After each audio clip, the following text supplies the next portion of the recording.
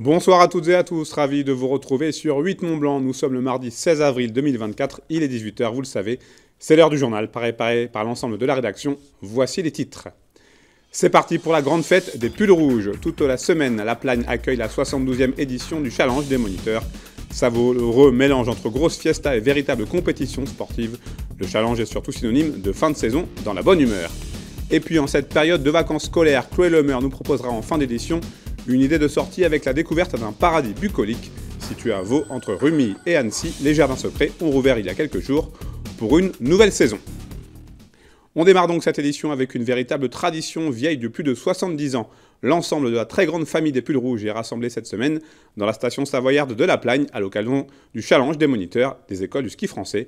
Mais attention, ce rendez-vous est un moment aussi festif que compétitif, car si pour certains l'événement est une bonne occasion de fêter dignement la fin de l'hiver, pour d'autres il s'agit surtout de sacrer les meilleurs moniteurs de ski de France. Fanny Savard et Emmanuel Jaude étaient sur place, on regarde leur reportage. Pour la 72e fois de leur histoire, les moniteurs des écoles de ski français se sont regroupés pour se mesurer les uns aux autres avant la fin de la saison. Un moment symbolique qui rassemble les pulls rouges venus de toutes les stations tricolores. D'ailleurs, cette édition 2024 a d'ores et déjà établi un nouveau record de participation. 130 par manche sur les slaloms. Au niveau du ski cross et snowboard cross, il y en a 250 aujourd'hui qui sont dans les qualifications. Et puis environ 150 participants sur le ski nordique. De nombreux prétendants au titre qui représentent plus de 2150 moniteurs engagés dans les compétitions. Et pour les départager, les épreuves sont aussi nombreuses que variées, permettant à chacun de s'exprimer selon ses affinités. Il y a le skieur cross, il y a le border cross, il y a du freestyle, du big air, il y a du ski de fond, du ski de randonnée. C'est vraiment hyper varié, il y a du géant. Et ouais, donc on peut vraiment être un peu sur tous les fronts, mais il y a la fête aussi, donc faut arriver à allier les deux. Car le challenge des moniteurs, c'est aussi et surtout une ambiance unique que ni la neige ni le vent ne pourront altérer. Autour du bar, point central de l'événement, on peut en effet retrouver de nombreux personnages ou en couleur.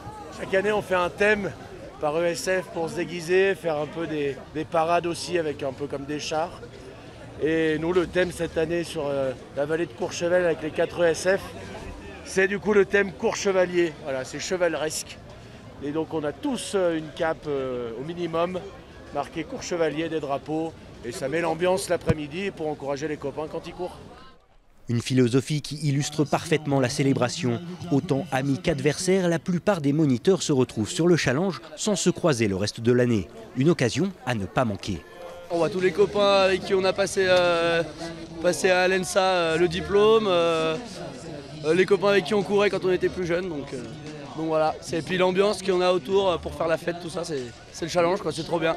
Une petite compétition entre nous, entre chaque ESF, on essaie de donner un maximum sur les encouragements de tout le monde, histoire de se faire montrer, ouais voilà, on peut jouer les gros bras. Une saine concurrence au-delà de laquelle il faudra démontrer tout son savoir-faire afin de se hisser en grande finale. Un moment très attendu par toute la profession. C'est très symbolique, oui, c'est très symbolique. Puis le vainqueur du challenge, ça reste un très très bon skieur. Tu vois, l'année dernière, c'était Thomas Fanara. Excusez du peu quand même, c'est pas rien. Hein. Moi, ça a toujours été compétition. Donc la chouille, maintenant, je la laisse aux petits jeunes.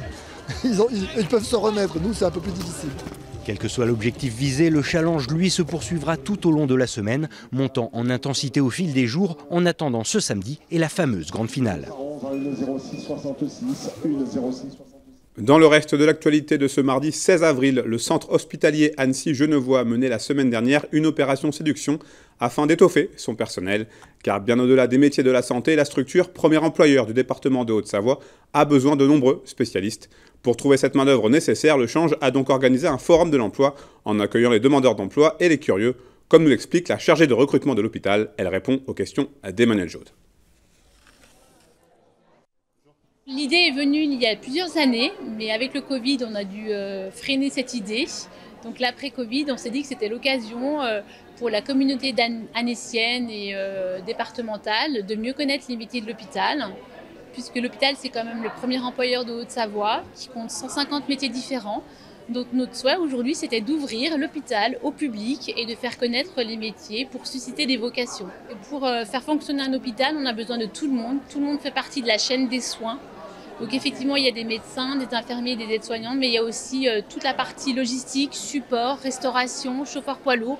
Il faut de tout pour soigner nos patients. On a conscience de notre forte concurrence sur le bassin annécien, Mais le change met tout en place pour garder et fidéliser son personnel en améliorant les conditions de travail, le bien-être des soignants, le prendre soin des soignants.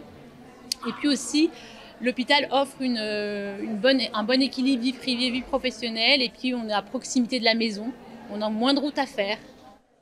On parle mobilité à présent. Les habitants du Grand Annecy sont invités à s'exprimer sur le TCSPI, le transport collectif en site propre intégral. Désormais appelé Réseau Haute Mobilité, ce projet devrait faire l'objet d'une enquête publique fin 2025.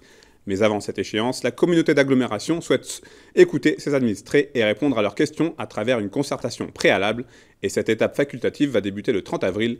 Plus de précisions dans ce reportage de Kezia Poudou. Au total, ce sont entre 31 et 38 km que le TCSPI, le transport collectif en site propre intégral, devrait parcourir dans le Grand Annecy. Rebaptisé Réseau Haute Mobilité par l'agglo, ce projet a pour objectif d'apporter une nouvelle solution de transport en commun plus efficace. Quand vous prenez le métro à Paris, tout le monde est allé à Paris une fois dans sa vie, a pris le métro une fois dans sa vie, vous ne posez pas la question de savoir à quelle heure va arriver le métro. Vous prenez le métro et vous attendez le métro. Avec le réseau Haute Mobilité, c'est pareil. C'est-à-dire que vous n'aurez plus à vous poser la question de savoir, regardez, la Cibra, à quelle heure passe le bus. Vous aurez juste à descendre de chez vous, faire 100 mètres, 200 mètres, 300 mètres à pied, d'attendre à la station de bus et toutes les 6 minutes, vous verrez passer un bus. 3 axes sont prévus. Le premier partirait de la rive ouest, précisément de Douin, et rejoindrait les Glaisins en passant par le centre-ville d'Annecy. La traversée se ferait en près de 54 minutes. Toujours en passant par le centre-ville, le second axe relierait Sénaux à Pringy en 25 minutes. Et le troisième permettrait d'atteindre la gare d'Annecy depuis Épagny en 27 minutes. D'après les plus grosses estimations, ce sont près de 53 000 usagers qui sont attendus par jour sur ces 5 branches. Le coût de ce projet pourrait osciller entre 496 et 715 millions d'euros. Si les chiffres ne sont pas très précis, c'est parce que le projet peut être modifié. Les tracés ne sont pas encore définitifs et le choix du mode de transport non plus. Si sur le premier et le troisième, c'est le BHNS, le bus à haut niveau de service qui est l'option privilégiée, le doute subsiste toujours sur l'axe 2 où le tramway est également une option envisagée. C'est pourquoi le Grand Annecy a décidé d'organiser une concertation préalable qui permettra à tous de prendre connaissance de ce réseau haute mobilité. L'objectif, il est de pouvoir toucher le grand public pour comprendre ce qui peut être amélioré dans leur vie quotidienne avec cet outil, dans leur déplacement, dans leur qualité de vie au pied de chez eux, avec quels aménagements, où les arrêts de bus, à quelle fréquence, pour convaincre ces personnes que oui, il va y avoir une phase travaux, ça va avancer pas à pas, mais qu'au bout du compte, ils pourront laisser leur voiture plus souvent pour avoir un système de transport plus efficace. La concertation a lieu entre le 30 avril et le 26 juillet 2024, période durant laquelle le Grand Annecy a d'ailleurs organisé divers forums, réunions publiques ou ateliers afin d'aller à la rencontre de tous. Chacun des axes fera ensuite l'objet d'une enquête publique fin 2025. Les travaux ne débuteront donc pas avant l'année suivante pour une fin prévue, dans le meilleur des cas, en 2030. Un peu de poésie pour aller jusqu'à la fin de ce journal. Ce sont des jardins privés et familiaux devenus au fil des années un véritable lieu de tourisme, visité par plus de 45 000 personnes la saison dernière. Les jardins secrets de Vaud ont rouvert leurs portes au public il y a quelques jours pour une durée de 6 mois. Chloé Lemeur se rendu sur place, elle a pu découvrir ce lieu un peu hors du temps, composé d'une vingtaine d'espèces différentes qui chacune invitent au voyage. Reportage à Vaud entre Annecy et Rumilly. Le son est apaisant, les couleurs sont vives et les douces odeurs des fleurs chatouillent les narines. Situés près d'Annecy, les jardins secrets sont un véritable havre de paix pour celui qui s'y promène. Comme chaque année quand le printemps pointe le bout de son nez, les propriétaires des lieux ouvrent leurs portes au public jusqu'à la mi-octobre. Tous les jours de la semaine, les visiteurs peuvent alors découvrir l'histoire de ce domaine, imaginé par la famille Moumène dans les années 80.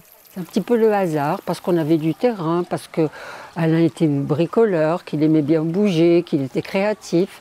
Et moi, quand il a eu donc suffisamment de choses où je pouvais m'investir, qui me plaisaient, j'ai commencé à m'intéresser à ces chantiers. Et c'est comme ça que tout a commencé au départ. Nos 3 filles nous ont aidés, elles étaient adolescentes lorsque nous sommes arrivés ici.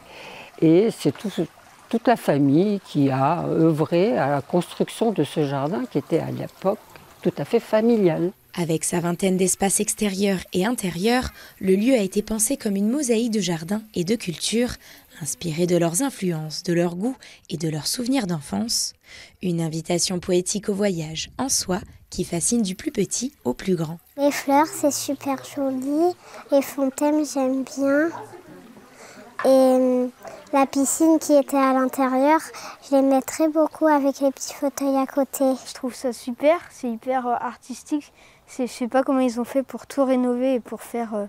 c'est magnifique et avec plein de plantes, c'est de toutes les couleurs. Le travail que ça peut représenter pour ces personnes, c'est faramineux. Pour nous donner ce bonheur-là de se trouver l'impression d'être ailleurs, en fait, ces fleurs, c'est magnifique. Au total, plus de 320 000 heures ont été nécessaires à la conception de ces jardins. Mais ici, rien n'est figé car chez les Moumènes, on ne freine pas ses idées. Chaque année, de nouvelles constructions apparaissent pour renouveler l'expérience, comme par exemple cet espace épicerie construit cet hiver.